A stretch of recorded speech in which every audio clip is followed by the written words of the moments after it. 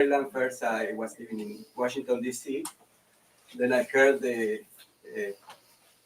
Jack about 10 years ago, and then we moved to the countryside and started doing all the homeschooling. So we went all in, and now we are living near Nicole, about an hour away in Tennessee, and going through the same thing that Patrick's going through, building our own stuff. And so I really sympathize with it.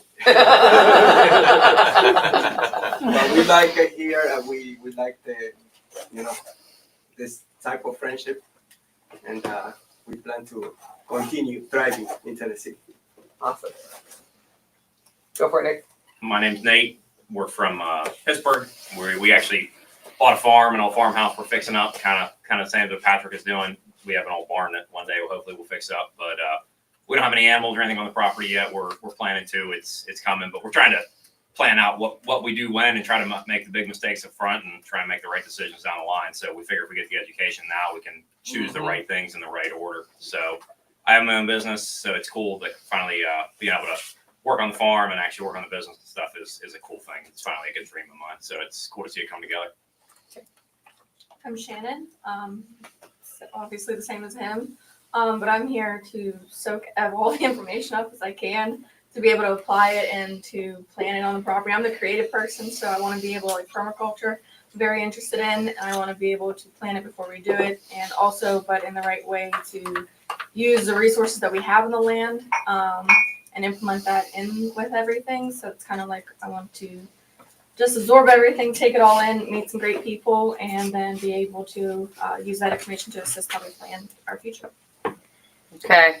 One more. Go for it, Hawkeye. I am Hawkeye Harry. I'm from the Texas contingent of the Living Free Tennessee group.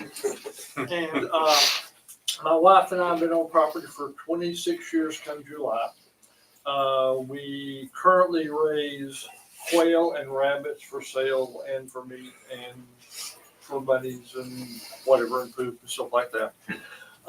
We have had bigger animals before, but we're, believe it or not, aging. And we want smaller things than big pigs. And I am big at helping teach people learn how to do things for themselves. We're both quite resourceful in doing stuff. And tomorrow I will be doing a session on cage building for quails and rabbits and small animals and stuff like that. Cool. So if you're curious into that, I can show you some things you need to know before you do that, so you don't have to cuss for 48 hours and then chase animals all over the country. Do's and don'ts and things to make your life easier. And if you have any questions just about almost anything, including drugs, feel free to holler. I'm a pharmacist by official training in the past. That's right. And since you know pigs, tell them there is no such thing as a micro mini pig. That is a lie. That's true.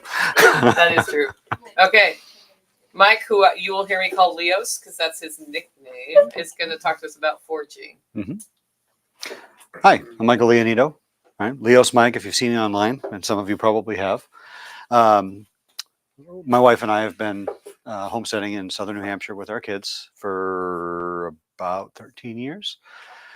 It's only 5.5 acres, but I say only 5.5 acres. On 1 acre, I could probably keep any one of you busy for the rest of your lives, because I've learned that even though everybody goes shopping for 100 or 50 or 40 or whatever they end up settling on, you can stay as busy as you need to stay on way less. It's faster to say what we don't have on the property than what we do. Right? We don't have any cows, we don't have any sheep, but we do have goats and geese and pretty much everything else you can think of. And some of it is quick and dirty expedient, solutions, and some of it is, learning as you're going, because neither one of us grew up with this sort of a life. We came into this space thinking like, there's got to be a better way to do this. I don't know if you've ever heard that idea before, but when you're looking for solutions and you feel like you're making them all up on your own, it's really tough. And then you find something like this, and you find something like permaculture, and like, there's a word for that.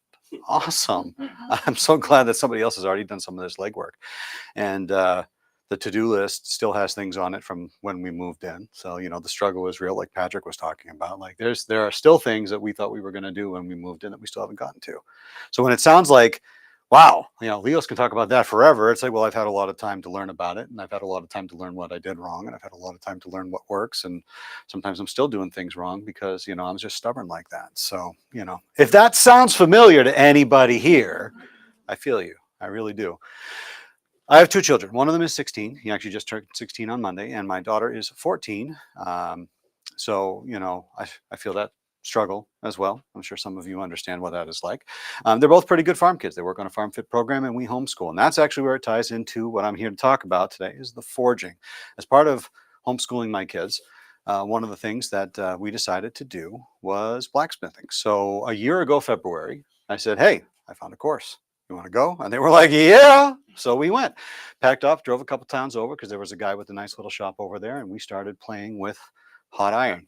And they love it. It's absolutely fantastic. We've learned an awful lot. I haven't had as much fun attending those classes as they have, and it actually becomes quite apparent pretty quickly just how much of a solution set lies in that space, right? You think about a lot of things on the farm and say, well, I can fix this with this. I'm going to grab some JB weld. I'm going to pull out the welder. I'm going to put that together. But even in the space, even when you're talking to somebody who is an experienced welder, an experienced fabricator, there's a lot of things that come or that can come before that space. If you're working off the rack, right, you take off a piece of angle iron, you take up a piece of rod, right, you can clean it up, you can bend it, you can do an awful lot of things with it, especially if you have an oxyacetylene torch.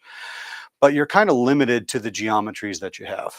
And that actually becomes less of a thing as soon as you can take hammer and anvil and you've got a couple of skills that will help you push that in the right direction. Same thing applies with CNC or machining. There's a lot of spaces where it's like, well, I'm just going to get that part machined, right? They've got excellent computer-based CNC machines, and they can make just about any shape that you want in a very, very short time, especially if you're not doing it yourself or trying to learn how to do it yourself. You get somebody else with a real big expensive machine, it's worth the money that they spent on it. But same thing applies there as well, basically, because if I can get that shape 90% of the way there, so that you only have to do a fraction of the CNC, it costs quite a bit less and it happens a lot faster. So there's really big production forging going on where you've got a specialized forger or blacksmith making a shape so that it can be more cost efficient once it gets to the CNC stage. So while the precision that we've come to get used to in modern production comes from that CNC step, we can go back to a technology that has been around for almost as long as humanity has, right? It's literally just fire, heat it and beat it. That's the whole story. Now, when it comes to fabrication and a lot of things like that, right, you're also better off preheating the metal. It can be tough to do that if you're doing it with a little propane torch or you're relying on the arc to bring you all the heat. So for some metals, that'll be very difficult to fabricate if you're just pulling out the welder and using a little bit of farm rod to get something fixed. Taking that piece, heating it up to a working temperature, getting it into a vise, because I can't tell you how handy a good leg vise can be for this kind of work, and then actually doing the weld with that already preheated, that can take something that would have been impossible to weld, impossible to fabricate, and turn it into something that's actually a relatively easy fix. So it's something I've enjoyed because I've always been looking for more answers and more solutions and that sort of thing. But it starts off really, really basic. The first blacksmiths would take like the campfire in the center of their community and they would have a way to introduce a little bit of air, and it was nothing but wood and charcoal in the bottom of that fire and probably a little anvil no bigger than this. There's a Patrick might have to remind me, the Mastermere find. Yes, the Mastermere find was basically a travel toolbox. So a guy who could go from community to community just carrying his tools with him. He had an anvil he could put in a stump that was about this big. He had a bunch of other tools that looked like more like jeweler's tools. But where we think of anvils as these big, heavy things, and there's certainly a bunch of value to something with that much mass when you're doing this kind of work, the actual core tools of the job were super small, or they could be super small. What we think of as a single purpose, giant monolithic tool, right, might have been just something strong enough to hammer on. And if you don't have that, like rocks and such can serve as well. You can find video of excellent blacksmiths on YouTube right now, in other places in the world. It's a guy in a hole with a fire in a hole banging on a rock. The only thing he might not have made himself is the hammer he's using, right? Because it's easier to get a hammer than it is to try and make one so that you can make another one, right? And you watch some of the stuff that these guys are up to, and it's like, there's no reason I can't, right? It's a lot easier for me to order a $95 anvil off of Evor, right, than it is to, jury rig something, right, in this modern age. But you can start basically tomorrow, probably with stuff you already have around your homestead, if you're interested. But that is, it's been an interesting learning journey, right? My son has been making a bunch of knives. No worries yet, Patrick. It's you got nothing to worry about. But he has been doing that a lot, and that's an awful lot of fun. My daughter has been making just about, she has gone from project to project to project to project, which is also very, very fun. But she made like shamrocks. She took the J-hook structure and she made little hearts, and then she put all the hearts together and put a stem on them, and then she wrapped it all in copper. And I'm like, that's beautiful. I would never have done that. I think it's absolutely amazing. But she's having fun, right? And she bounces from project, like I said. My son is focusing on all of that, and I am mostly working on tools, right? Predictably, based on what I've already told you, I'm mostly interested in. So I've made a lot of tongs. I can show you some of the ones that I've made. The worst and oldest pair I should have brought with me, but they broke, so I left them at home because they were ugly and old and broken. But I should have brought them just to show the progression, because in just a short time, about a year and a half, I've gone from, I wonder if I can do this without burning myself, to, if I need the tool, I can actually go make it. All right. And that's why they used to refer to blacksmithing as the king of crafts, right? That's going to be the craft skill that makes the tools for all the other craft skills. You could have a leather worker in the community, or a sawyer in the community, somebody who was a farrier, somebody who was actually handling the shoes for the horses. That wasn't the blacksmith, because a lot of times it was a blacksmith too. You could have these specialized workers, but when they needed a tool, the blacksmith was the one who had to make it, right? And that's going to be perhaps the most important lesson from the whole thing. This particular very ancestral human technology that we've gotten away from in a lot of ways because it's not necessary in our modern lives, is still actually very, very useful and is important to any endeavor, even before we worry about or discuss a Teotihuacan situation where you're saying, it's like, well, look at all these cars. I wonder what they're made out of. It might be steel. We don't have to smelt steel in order to get those kinds of resources. Not that we're going to be in an end of the world situation where we're fabricating knives and hatchets to hack our livelihood out of the wilderness anymore. But or we might. But this is the kind of thing, like so many other skills. It's like if you've got it in your, if it's a feather in your cap already, then you don't necessarily have to learn it at that point in time. But yeah, I think that's good. Okay. So you're going to be doing blacksmithing demos whenever? Well, you said it on the schedule. If it's not raining, 5 o'clock today. Yeah, I have it on the schedule, but you're welcome to do them more. Right. I will get set up, and I will do some basic stuff. I've got two. I will play with things. If people just want to see the basics, I can go through some of that. If you have specific questions or a topic you want to go into, I can absolutely do that as well. The problem is not getting me started. The problem is getting me to stop talking. This is a very timely presentation, because if you do your own steel here, you don't have to pay import tariffs on it. It's also true. Now, there are some limitations to recycling steel, right? There's a little bit of, for certain applications, right? You just don't want to take a leaf spring from under some old truck and then assume that that's going to be good steel without a crack or a flaw. So there's a little bit of a skill set there.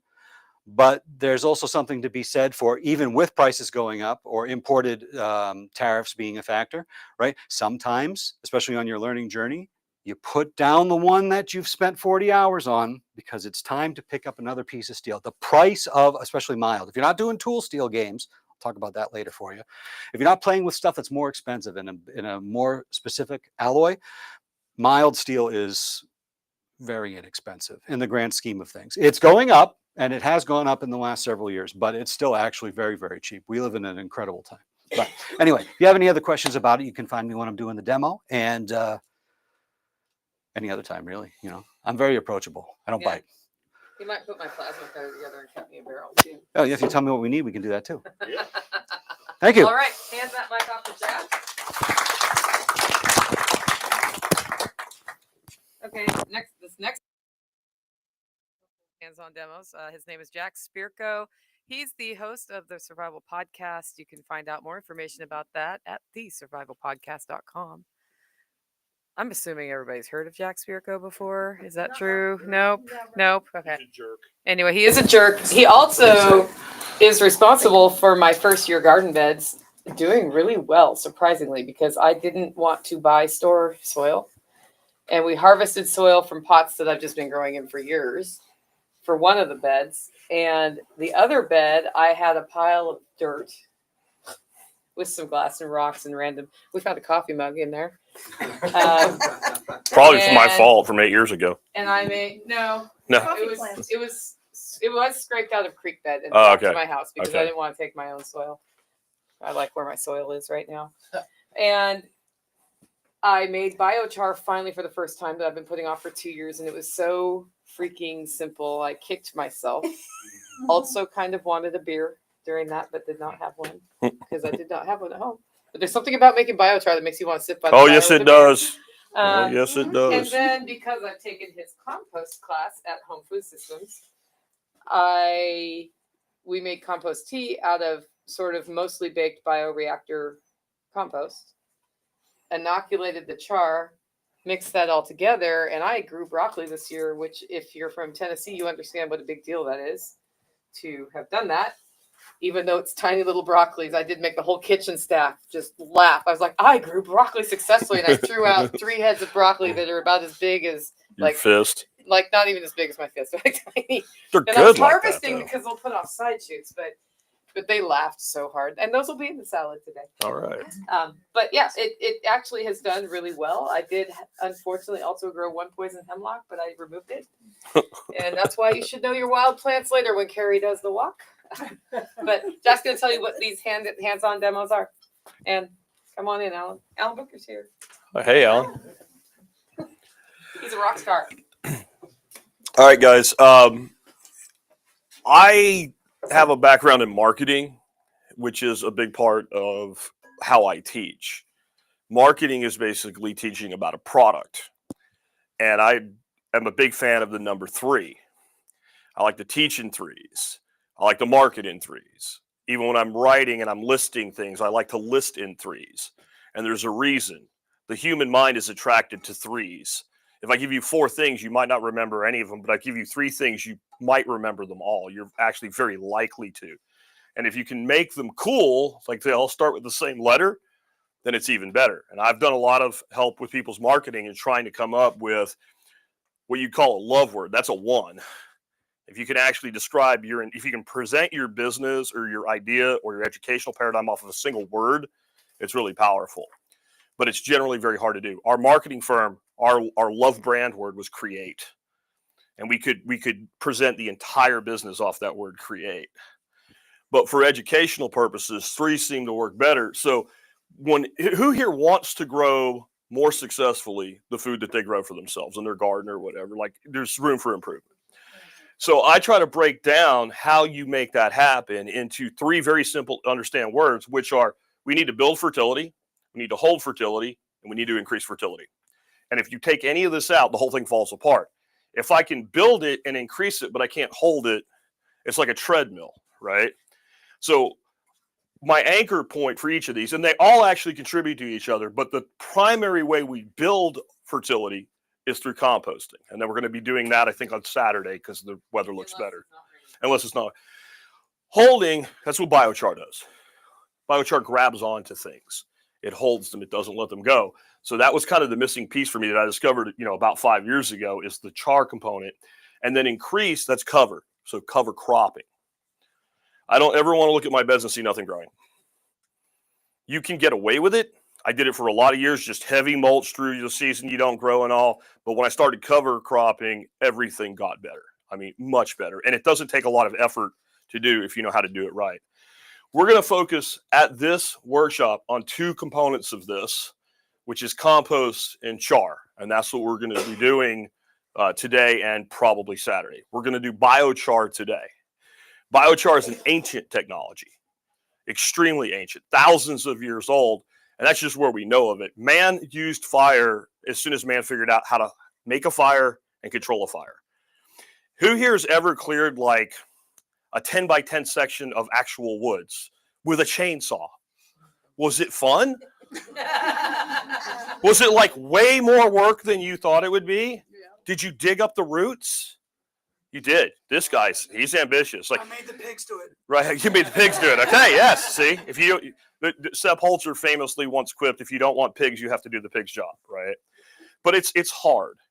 So now picture that you have a small tribe. Let's say the size of the number of people in this room, and you need to feed them, and you want to grow food, and you're looking at woods, and you have stone axes. Well, it's much easier to figure out how not to burn the whole place down, set it on fire, and let it burn to the ground. You just made some amount of char when you did that, especially when we burn green wood, right? So there are all types of civilizations, not just the most famous one, which is from the Amazon rainforest, that have used char in one capacity or another. The Plains Indians would burn the grass every year because they figured out that when they burned it, since these were perennial grasses, they came back tender and the bison would come in. They probably didn't even know what they were doing to the soil, but they were adding, and they make these marisol soils from doing this season after season after season after season.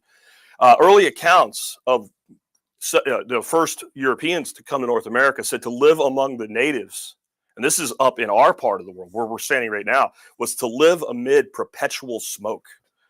They were constantly burning things to control.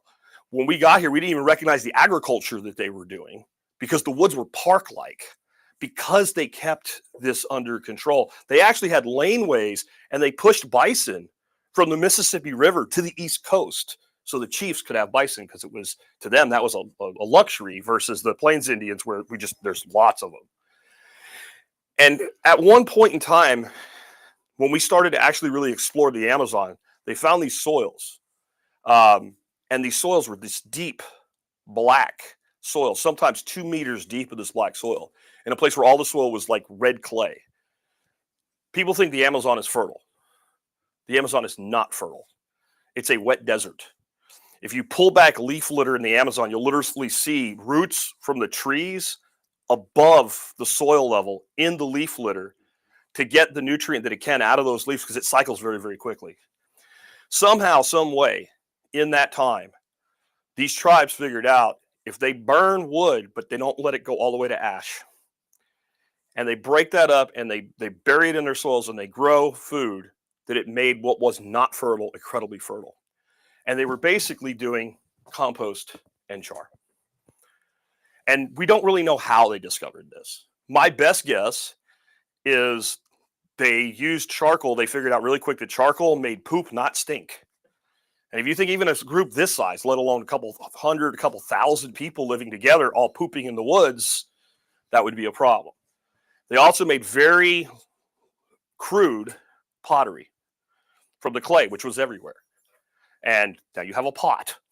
What do we do with a pot? And they figured out that if you put pee in one and poop in the other and didn't put them together, things worked out a lot better. And the charcoal would make that not smell. We also found soil profiles where what it looks like they did was plant something like a tree in the pot of the composted manure and char, and then put the whole pot into the ground like we might do with like a starter pot. Because the shards of the clay in the soil profile were literally like an expanded pot, right? It wasn't like they just threw, like I'm sure that happened too, but there was tons of ceramic in there. So that lightened the soil. Now, there's things that we don't have to do that they did. There's also very acidic soils that eat the lime. Well, they ate the hell out of turtles. And they would use the shells of the turtles charred to all the way to ash to lime the soils.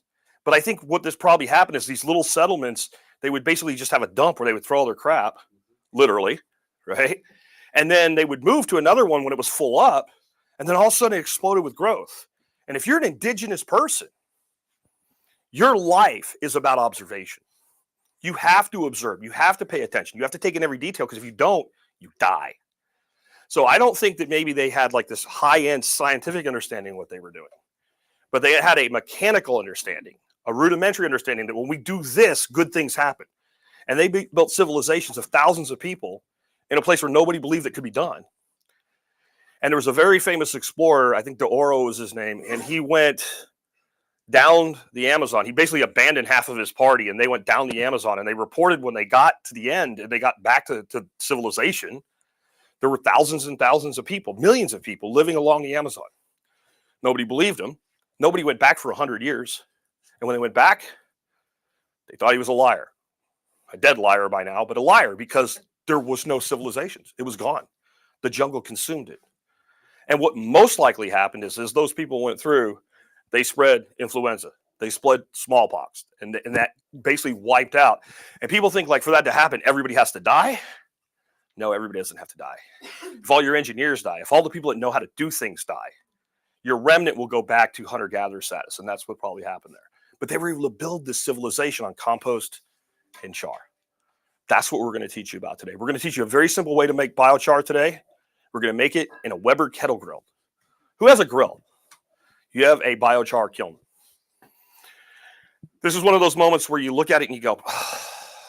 So I had all these different kilns designs and ones I bought and ones I made and all. And one day I was just sitting there looking at my kettle grill. And I'm like, that looks exactly like a cone kiln. In fact, that's what it was based on. The original cone kilns that were made in Japan to make charcoal, back in like the Edo period, that's exactly what they were like. They were more of a bowl than a cone. And it turned out to be a fantastic kiln. And what's fantastic about it is when we use a cone kiln today, you'll see that you get your fire to a certain point and then you choke off any airflow from the bottom. That makes the grill perfect because you have vents, right? Yeah. And then once you get your coal bed, you have to keep adding charcoal. Well, if you're doing that with, let's say, a 50-gallon drum or a much bigger kiln, it's an all-day process. You're going 8 hours before, you really don't want to kill it too early. You want to go ahead and fill it up. The Weber kettle, you can generally make a full batch in 2 hours, which is a perfect amount of time to drink a couple beers and hang out with your grandkids or your kids or your wife or your buddies. It's just like a campfire. So we're going to make that char. Then we're going to crush it. I don't know if we're going to crush that char. We're going to see if we have time to crush it. Okay, so we're going to crush char. We're going to show you how to do that.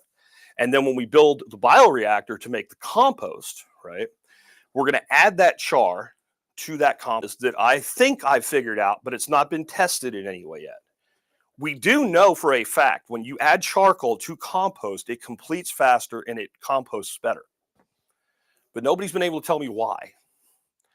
In a recent class, I was doing this with my students, and we were throwing around ideas about it, and some were saying, well, it holds on to the water better, maybe.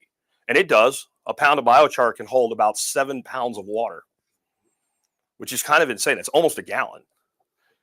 But that doesn't make sense because when you do a bioreactor, as you guys will see, you keep it very moist anyway. So that doesn't make sense. What the biochar does, though, is it will grab onto volatiles.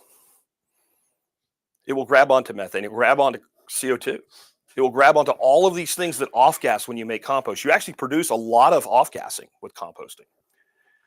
So I think because it holds onto those volatiles and they are in the compost instead of escape from the compost, that's more fuel for the fire, so to speak. And it actually, I'd be interested to see what you think of that, Alan, honestly. Yeah. We've done the science on the nitrogen. It holds the nitrogen. We lose less nitrogen volatilization with about 5 to 7% biochar by bulk in the compost pile. That's about what I use, about 5 to 10, somewhere in that range, depending on how much I have and how much material I have. So there you go. So that works with the nitrogen. It probably works with the other things too. So we're going to teach you guys how to do that. We're going to teach you how to make the bioreactor. One version of it. I've actually modified. The original bioreactors were made by a guy named Dr. Stephen Johnson. Very smart guy, engineering level everything, exact spacing of all the columns and all. And I'm like, you know what? If I put out a class on how to do that, nobody's going to make one. If I show people how to make it out of 3-foot goat fence with some pipe or some fabricated columns, they'll do it. And I'd rather you do it that way than not at all. But it turns out I've actually had like Billy Bond look at my compost under a microscope. The way I'm doing it, I'm getting the same results. I'm getting this incredible diversity of microorganisms. And one thing you guys need to know about compost is not about the fertility in of itself. It's about the biological life within it. That's why you can take enough of this compost to hold in your 2 hands, throw it in a 5-gallon bucket with 4 gallons of water in it, stir it with your arm or a stick for about 10 minutes. I recommend handing it to a child and having them do it because it's mud soup. They like doing that. Strain it out with a paint strainer bag and take that 4 gallons of compost extract. It's not even really a tea. Spray that on your garden and watch it explode. There is no way there's enough nitrogen or potassium or phosphorus in there to get that result. It's all about the biology. So while we're doing these things, we'll be talking about all these things as well.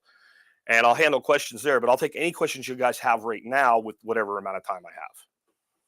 you have questions for him now?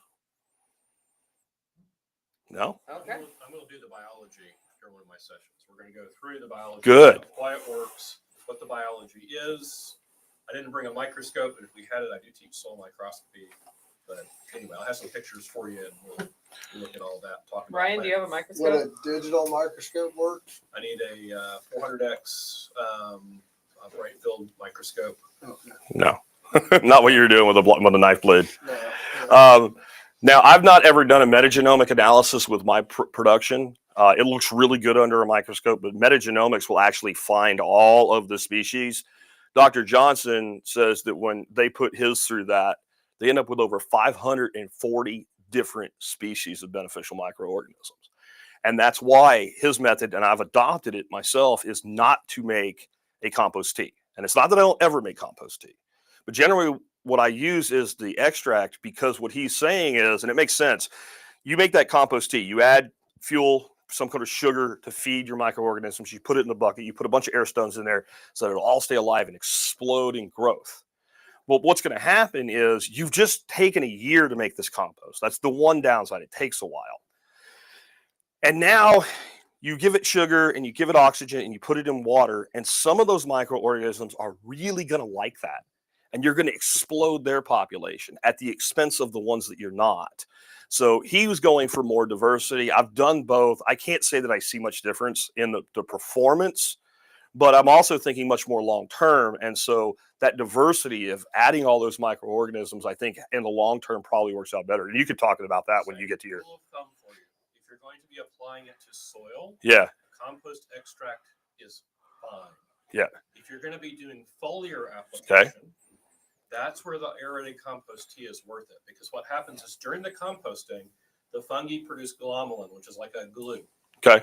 And what it does is when you're trying to do foliar application to like knock down, knock down diseases like fungal diseases on your leaf surface, It's going to cling it better. will cling a lot. I got you. So the only time we go to the trouble of doing an aerated compost tea, which has to be done really well, otherwise you'll mess it up. Right? It's That's another reason I do extract. You can't fuck it up. very hard to mess up an extract. It's super simple. You can do it in the field. Super simple. If you're going to do an aerated compost tea, you got to do it right. We never add sugar. We never add sugar to it because we're not. Yeah, I'll get into that later. Okay. Anyway, we do the aerated compost tea where we're going to do a foliar application, and that's it. Okay. All right. That system tends to create more fungal.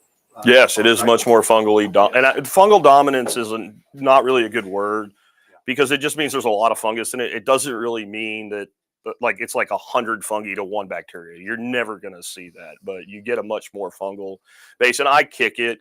So what I do is once the thermophilic cycle's over, I'll go to my worm farms, I put a big handful of worms in there, and then I pull back the wood chip cap that I put on it. And I'll throw a half of a bag of sawdust spawn of like Kingstrophoria or king oyster or blue oyster or something like that. And I'll add an additional fungal. And then you usually get fruiting. So then you get mushrooms because you're going to keep it moist and you should keep it in the shade. So for me to get any mushrooms in Texas is amazing to me because I tried for years and I finally get them out of there. The other thing I've started doing, I actually grow in my bioreactors because root in soil good. And certain plants, even when that compost isn't fully finished, will do really well in there. One of them happens to be zucchinis. Who hates squash vine borers? So you build a bioreactor about this big, and by the time you're about 6 months in, it will be about a foot down. And so then you plant your zucchini in the center of it, and you throw a net over it. And then you just manually pollinate. And I can grow more zucchini out of one bioreactor with like 2 plants in it than I can do in a whole season of like a whole bed. Because I don't lose any plants at all. I lose nothing when I do that. And that's been my only defense against them because people say plant more, do this, do that, whatever. I don't know, hold your finger in your head and pray to the God of the rain or something. And no, where I live, it's like somebody's breeding them next door and letting them go or something. Okay. All right. You should just stay back there. Okay.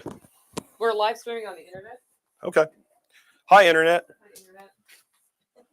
All right. Swim spa time. I'm glad Alan got here for this. So I have a swim spa. Oh, do you want me to erase that? Well, no, you can leave it. We'll just drop it All under it. All right. My swim spa. If you were at my park property this morning, you saw the roasting shack, right? You know which one that is? The gray one next to the tent. So the roasting shack is here. This is from the top. The swim spa is like this.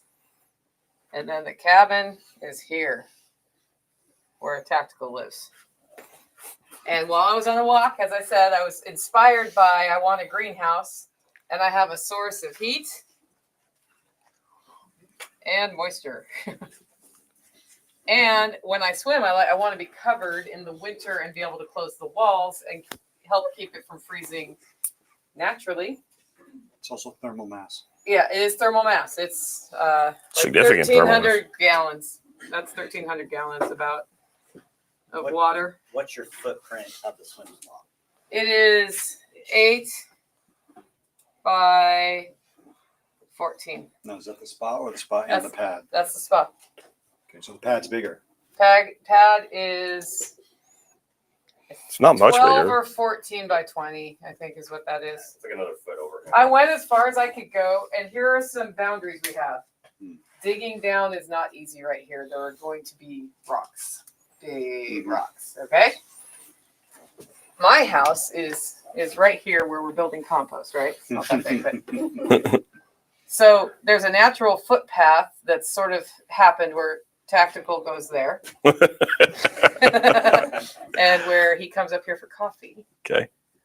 That's a very important thing. And if I'm going to say what functions I know I want cover. Okay. For swimming. I want to grow plants and have it be beautiful. Okay. I want to be able to not be too hot in the summer in there working out, Okay. right? Turn the temperature down on the spot. Right.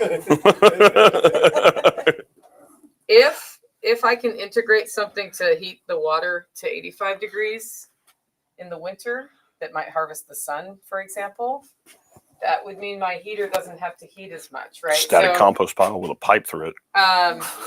Yeah, Labeled north. north. Oh, yeah, that would help. Yeah, I have no idea directions in this place. That way? I'm so turned around when I get in here. Jack, her house is passive solar kind of. So Yeah. when it's- So this South is is probably here. south here. That's north. Oh, The road is mostly east-west. okay. Yeah, right there. My house is exactly south. Okay. The front of it under Taj Mahal, or where the tomato wall is. Okay. And if I was able to have a way to outdoor shower from it, from rain collection or anything, like this is where we go into ideas. Yeah. What is your lowest temperature that you've recorded here for how long in Tennessee? How many days? Fucking cold for a fucking long time. Yes. So -8 is the coldest I've recorded personally. And that was overnight for a few hours. But in a period of the longest it doesn't get above freezing is up to 2 weeks since I moved here 18 years ago. So, some winters you're like a 5B, right? Well, I can't even count on a zone definition for here. No. I looked at a map that actually had it more detailed, and I was within 10 miles of 3 zones. Yeah. I don't Yeah. even remember what they were, and I was like, that means I'm not in a zone. Yeah. It's just an approximate. We It's did fucking cold. zero for a week, I think a couple of years ago. Yeah. Very close to zero for a week. Yeah, and it will get to 112. I bet I know exactly when here. that was. Mm-hmm. And on the 112th day, I certainly don't want to be in a greenhouse swimming laps. Unless you pour a whole bunch of ice cubes in your. That If we doesn't could work. have a little sit and have a coffee nook, that would not make me sad. That doesn't have to happen. And enough space to do yoga. Seems like you need to do that. Now, Can the, Well, it doesn't. We don't have to use the pad. no. Well, yeah. The so- pad's just- it's there not to keep moving. The pool from sinking. Yeah, so that's what I want to know. How big can we go? As big as it makes sense. Yeah, because it's pretty big drop off from the pad there, right? I am capable of bringing in heavy As I was saying, equipment. just because you can't dig doesn't mean you can't fill, Right. right? So you're actually okay with taking up a whole bunch of the space around the swim spa for a fairly sizable structure? Can be. Yeah. That's why when Harry asked how big you want it, the answer is I don't know. Mhm. But I know that we need to walk from the cabin up and down in a way that makes sense and doesn't make you rip your hair out. Instead Can we of- grow And this it way? doesn't have to be that path. Can it grow this way? Yeah. It drops down behind the roasting shack there. But you can build it up. Elevation Yeah. change. Yeah. You don't have to build it up either. You could actually have a step down in the concrete because whatever you're putting around that, you can accommodate to that. So you don't. If have to there was build a up deck any more space. from which I could go into the swim spa without climbing a ladder, that would also. That's So also we can also build up and have it, and then yes, it can change shape. that's the We should have south took side, pictures too. of it. So that's Yeah. Restrictions, Nicole, cost, power access to that, now that you have a line that runs just for the pool, water from the pump house. That's probably a high Restrictions for power circuit. You can only run one thing on though. Utilities and costs. So restrictions as far as cost. What's your budget? And then utility access, can we, is. If I do we can go have to run 10K on- or under, Oh, we can do that. that would be great. If I can go even less, that's fine. I'm open to interesting natural building solutions with what we have or bringing something in. I have power to it. It's a 50 amp breaker off of the pole. There's an electric pole. That is actually something that's hard to move. And that service is like residential scale. It also powers the roasting shack. So I can always add power if I want to. Water is run to the cabin and we could trench water up or Quick possible correction. You said 50 amp breaker, but isn't that a 200 amp panel on the pool? that's what I say. It was a full house. Okay. Yeah, Yeah, and the 50 amp breaker's it is 200 probably amp. dedicated for the. That's dedicated for the Yeah. spa. We're not pulling So, off yeah. of that, but I could put another 20 amp breaker in there if we wanted to. My- We could put panels on if we wanted to. Would you be doing yoga while at the same time? Could you utilize the space from the swim spa on top? Yeah, we could. I could do Like a yoga deck? but we could totally do a platform. We'd have to adjust how the Yeah, cover is. The cover does keep the heat in, and that does keep the electrical heating costs down really well right now. Yeah. because I'd say you probably want about an 8x14 pad for yoga, or maybe not quite that It big. doesn't have to be that big, but yeah. 8x8 probably. Yeah. You have to be able to do the warrior pose. So, you know, Put my rower in. Is that really the warrior pose? sort of. Yeah. Warrior Yeah, it was. It's just what every commercial for yoga. They're always doing the warrior pose. Well, so my thought is with I'm a that marketer, man. south-facing aspect, I don't necessarily have to have a clear roof either. So one of the techniques, I've designed a lot of greenhouses. So one of the first things I want to do is go over and use Sun Surveyor to look at it. Yeah. Yeah. What we end up doing is, if we've got a water body in a greenhouse, we'll put it in the northern part of the greenhouse. Yeah. And then we'll actually do a two-phase roof. One part is, of course, the glazing, so Yeah. you can grow, and the back part is opaque. Mhm. And we'll calculate where that break is, so that in the summertime, the high summer sun does not hit the water. Yep. Okay, but in the wintertime, it comes in and hits the water. And we've done that a lot, and that would be one of the first things to look at, would be how to do that. And that allows for also a stack ventilation natural chimney, where we scoop in cool air from the bottom, and we ventilate the hot air out the top.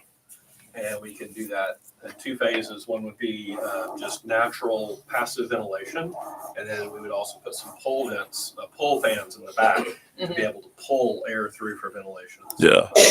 And I would add onto that, your wall that never gets sun, there's no reason to do that with glazing. That should just be a regular insulated back wall on there. Yeah. Cheaper, faster, easier, and it holds more heat. As a matter of fact, we oftentimes do the east and west walls the same way, maybe even earth burn them a little bit. Mhm. Yeah, that's called a modified Chinese style greenhouse. Well, the opaque section on the southern side could very easily be solar panels.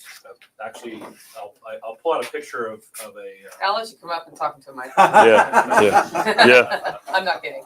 Yeah. I'm like, no, I'll come. pull up a picture of a. Just so the people on the live stream can hear you. Yeah. Yeah. Oh, okay. You got to stand here then. Yeah. It's wired in. We got that. You just don't walk away. Right. You can hold it if you want to, just like a mic. Such as a spring or creek My You're property is spring fed. uphill from. No. From that. Okay. No, we will be pulling the trigger this year probably on we have reoriented my holding tank to above my house. So that could run down. We can pull water off Taj Mahal roof. It's getting gutters in a couple weeks, and my house. And the that's greenhouse. quite a bit of harvest, and from the greenhouse, and from the roasting shack. Yeah. There's more water There's than a you lot of need. roof. Yeah. There's more water than you need. Yeah. Does it make sense for the path to Let just that continue and water go through the greenhouse, like literally door to door? I wouldn't do that because that's forcing you through it. Yeah, but that also means that you're gonna visit. Geothermal. Yeah. Like you're going in there going to look at you. But see, I already want to grow it this way. Spray and let it go back into my pond, which returns it back to where it goes anyway. We can do geothermal that way, and there are already pipes underground very close to where the swim spot is that I can tap off of, and I put extra ones in so I could do that if I ever needed to. Every time we put a hole in, I'm like, and one more water pipe just in case I want to figure out the geothermal thing. So you got 55-degree water? About, yeah. Oh, cool. Yeah. We can do all kinds of stuff with that. Yeah. You want to stay cool? We can make you cool. Exactly right. Well, and it Yeah. heats in the winter when you're Yeah. down below. So yeah, I was going to say on the solar panel site, yeah, we did a experimental aquaponics greenhouse that was basically a laboratory for understanding how to scale up commercial aquaponics. We did exactly that. The upper opaque part was just covered with PVs. I actually ran the entire thing completely off grid. Nice. So we put in battery and just ran the entire thing off grid. It had a grid backup. But it was not grid interactive because the regulations there. We just set it up where if the battery got low, it would flip over and pull from the grid to recharge the batteries. Yeah. It didn't ever try feeding back into the grid, so we didn't have to we didn't have to play with the power company at all. They didn't even know we were there. That's the best. Yeah. That's the best. Yeah. Other ideas for functions we can stack. I can grow plants. I can do yoga or Pilates. I can swim. Start seedlings. I can start seedlings and grow food. I can. You can Put a grow coffee plants that tree you in couldn't there. grow otherwise. That's the big thing. For Like, an outdoor shower? I always have it. I do have a need for an outdoor shower because I do hip camp, and my current outdoor shower is awful close to my house, so I have to see scantily clad hip camp people walk past my window That is just as in the close. morning. But the path from hip camp to there does not go past the front of my house. Mhm. So that would be not only interesting but desired. And when I rent access to the swim spa, they can rinse off before they get in, which makes my job easier on water. And I have to add about 100 gallons a week from me splashing.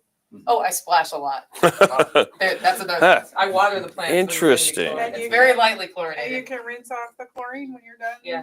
With the It's swim very spa. light. I use a mineral treatment, so I hardly need chlorine. But if I have a lot of people, I would need more. Are you interested in? You could go to hydroponics, Aquasil. aquaponics as an add-on to that possibly?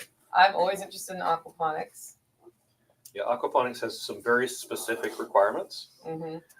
The first one is that normally, this is the things people don't realize about aquaponics if they've never studied it before, is that most of the species that you're using in aquaponics require the water to stay pretty dang warm.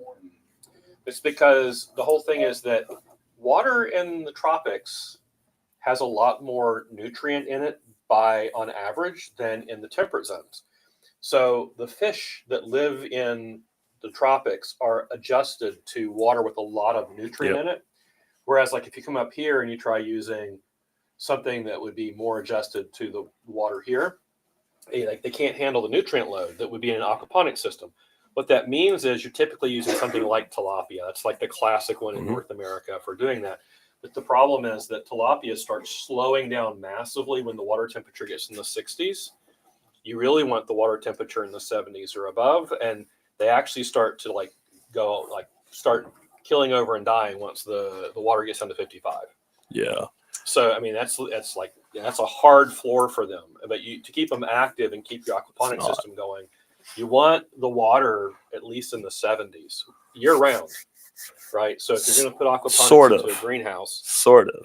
you know, That's if you want fish, you need to have the fish that you want to eat. Right. Okay. If we don't need to eat the fish, Mhm. we can actually use the most eaten fish in the world, which is a carp. Yep. You know them as goldfish. They're very inexpensive. And I've had them in my systems with that much ice on the top of it, and they just kind of sit on the bottom like, oh, whatever. Now, there's also some other fish you can use that are edible that will handle the cold. You're not going to get a lot of production during the cold part of the season, but one of my favorites are bullhead catfish.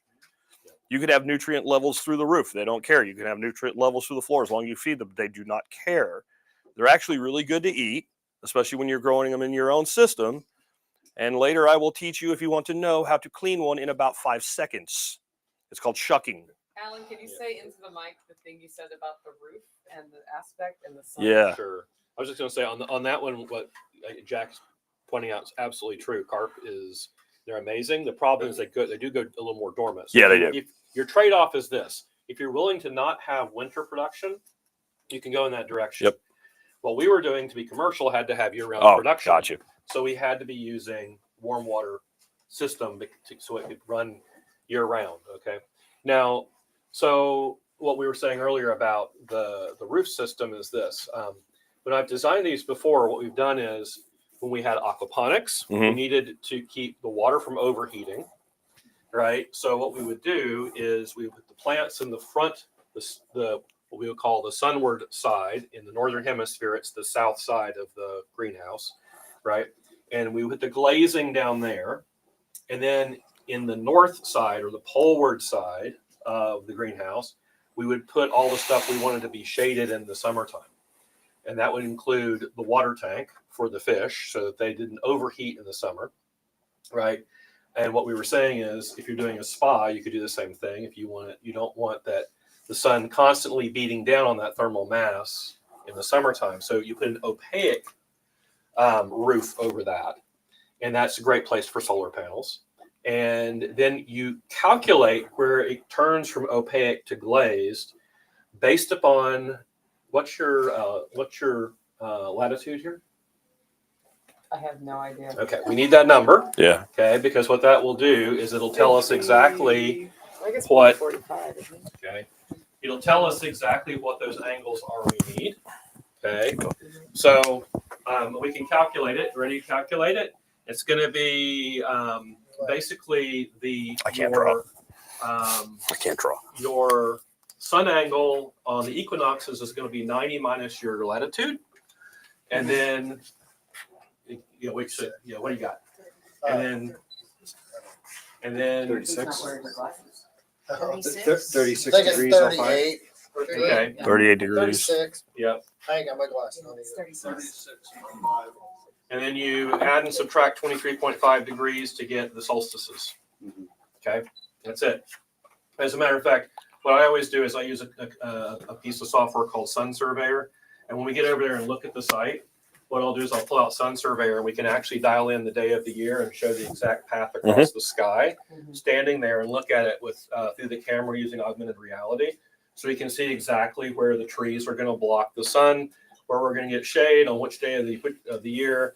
And what I typically do is just dial in the equinox so I can get the shoulder, the middle season, spring and fall. Then I'll go to the winter equinox. That gives me where's the sun going to be when it's the lowest in the sky on the shortest day of the year. And I go all the way over to the summer equinox, summer solstice, and get that. And that shows me exactly what the sun is going to do standing on that site, what trees might need to come out if we're actually working with passive solar and so forth. And there's no substitute for doing that. It's like get there on the site. Okay. And that app makes it so freaking easy. It's it's just so simple. We've got data. You don't even have to calculate. You just know. Right. Right. That's what we literally just see. said, Yeah. panels. Yeah. Like panels go here. It saves math. Yeah. And math sucks. So. But when we design the roof, we need to know what those are going to be. Yeah. Because what we do is, and I put on the diagrams where we're designing that, what those angles are. And then I can say, oh, look, I want from the spring equinox forward, I want this to be shaded, right? But from the fall equinox forward in this wintertime, I want the sun at that lower angle to come in and heat the stuff. So Yeah, it what was we- really nice to swim with the sun on my back in the Yep. fall Yeah. and December. And so what we can Yeah. do is just by building the roof properly, we can have that happen automatically through the year. So that's an important dimension to that. Alan, I didn't do the calculations, but I believe in this area, we're roughly at about 20% overhang. Yes. To make that work. So that means 20% overhang from what the height. So you measure the height, take 20% of that, and you want that to be the overhang from the last place that you want. So what let me draw real quick. This will make Yeah. I was going to do it, but I can't draw. So I'm away from the microphone, so I have to finish it. So imagine since that's south. Hold on. Just talk. All right. So imagine that's south, and that we basically do a greenhouse that kind of looks like this. Okay. And then what we're going to do is we're going to put some windows here. They're going to pull in cool air. We're going to put exhaust windows here that let the hot air out. We're going to put some fans here so we can pull extra. And then we're going to divide this somewhere here. We're going to put our glazing down on this side.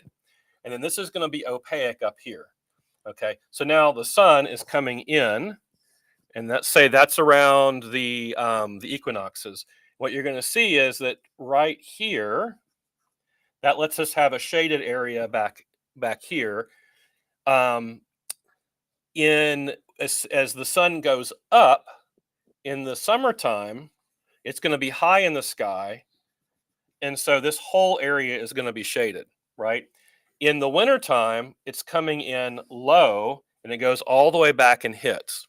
And so we need to calculate where that transition point is so we figure out which area do we want to be shaded at which point in time. So we just basically do a little math when we design the space. We figure out this. And I oftentimes put my seating trays right here, right? That makes sense. So, yeah, and then we'll put growy bits here, okay? And then in some cases, I've put vining plants up in here, Yeah. right? Good environment Up. for mushrooms too. Yes, yeah. Well, you can put those back in here, Yeah. right? Okay.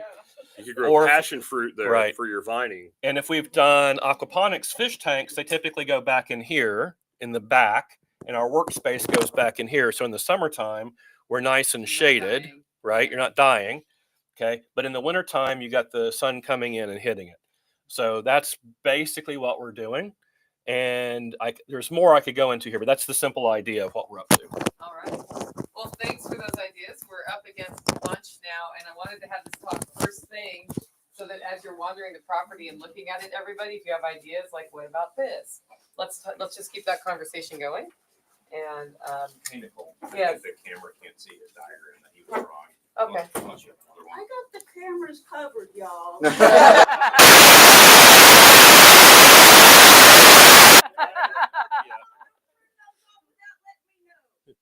By the way, I will. I have a really nice a picture of a greenhouse we designed just like this. Yeah. That was that aquaponics greenhouse. Great. So I have a big TV I'll pull it up and when an I get my HDMI computer out. cable. We will, Okay, all right. perfect. Thank you. We'll be hearing a lot more from Alan tomorrow. He's got 2 half-day sessions. His first one starts tomorrow because I wanted to make sure in case you got stuck that we'd still get to hear from you. So, Yep. So what's up next is that we are going to lunch, and lunch is under Taj Mahal. It's chili day with cornbread. Unless you don't eat carbs, then don't eat the cornbread. Probably if you're allergic to wheat, don't eat the cornbread. I assume there's probably some flour in there too.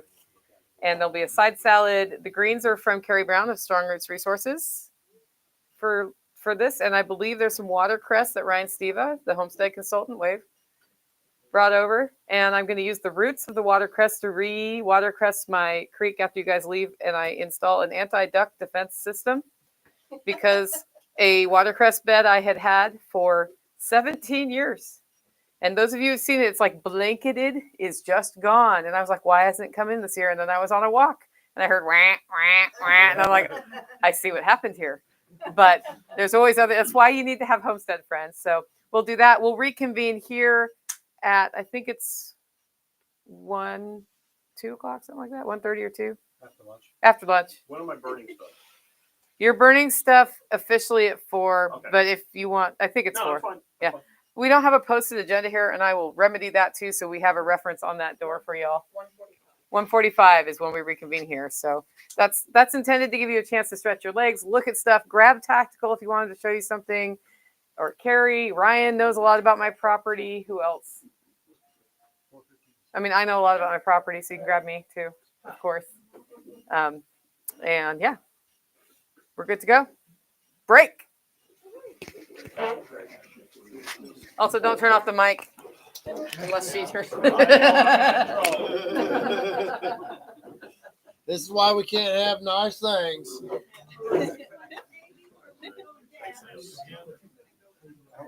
It's wide angle, so it catches. I don't know. You know, I heard some.